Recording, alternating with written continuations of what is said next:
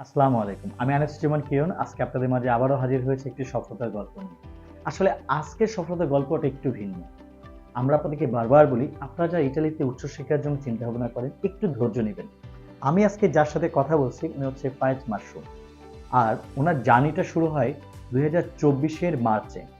আজকে ২০২৫ নভেম্বর। তো ২০২৫ সালের নভেম্বরে উনি হচ্ছে আজকে ভিসা পেয়েছেন। এ হচ্ছে উনার ভিসা। আসলে এটা একটি ধৈর্যের প্রয়োজন। গত বছর উনি এপ্লাই করেছেন, উনি রিফিউজ হয়েছেন। আমি ওনাকে বলেছিলাম, "আপনি ধৈর্য ধরুন, আপনি এবছর আবার ট্রাই করুন।" আমরা সানরাইজ এডুকেশন কনসালটেন্ট আপনাদেরকে বলছি, আপনারা যদি একবার রিফিউজ হয়ে যান, দ্বিতীয়বার আপনাকে আবার নতুন করে এক্সট্রা খরচ করতে হবে না। আমাদের এখানে যারা প্রসেস করে তারা একবার খরচ করে, আমরা বলি দ্বিতীয়বার খরচটা আমাদের।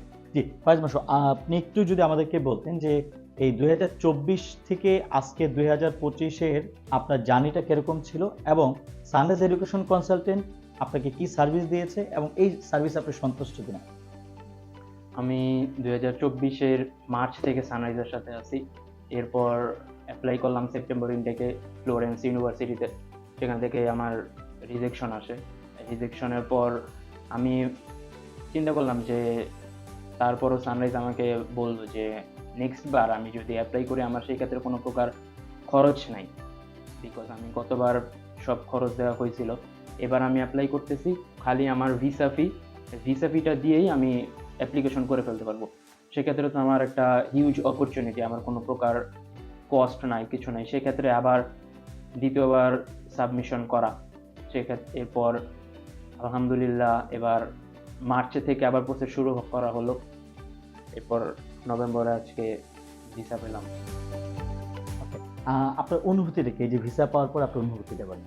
ভিসা পাওয়ার পর অনুভূতি মুখে বলার মতো না, কারণ আমি অনেকে প্রথমবার সাবমিশন করে ভিসা পেয়ে যায়, আবার অনেকে ৩-৪ বার ২-৩ বার করার পরও ভিসা হয় না। প্রথমবার আমার রিজেকশন ছিল, আমি হতাশ হই নাই। আলহামদুলিল্লাহ এবার আল্লাহর রহমতে ভিসা আসছে। আপনার ইউনিভার্সিটি কোনটা ছিল এবং আপনার সাবজেক্ট কোনটা ছিল? আমার ইউনিভার্সিটি ক্যাসিনো, আর আমার সাবজেক্ট হলো ইকোনমিক্স অ্যান্ড ম্যানেজমেন্ট। আপনার টলকের স্কোরটা কত ছিল? আমার টলকের স্কোর ছিল, যেহেতু আমি টলক দিছি, 36 এর মধ্যে 36ই ছিল আমার টলক।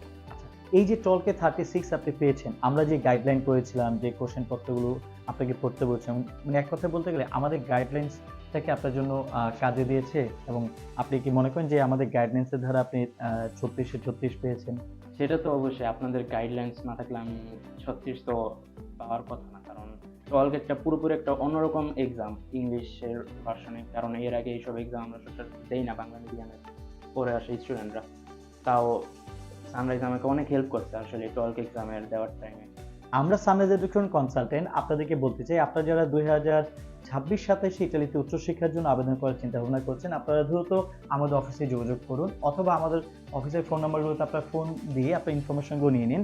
আমাদের ফোন নাম্বারগুলো হচ্ছে 016-11878274, 018-115-66665 এবং যে কোনো ইনফরমেশনের জন্য সরাসরি অফিসে আসতে পারেন। আমরা সানরাইজ এডুকেশন কনসালটেন্ট আপনাকে যে কোনো প্রকার সাহায্য সহায়তা করার জন্য প্রস্তুত।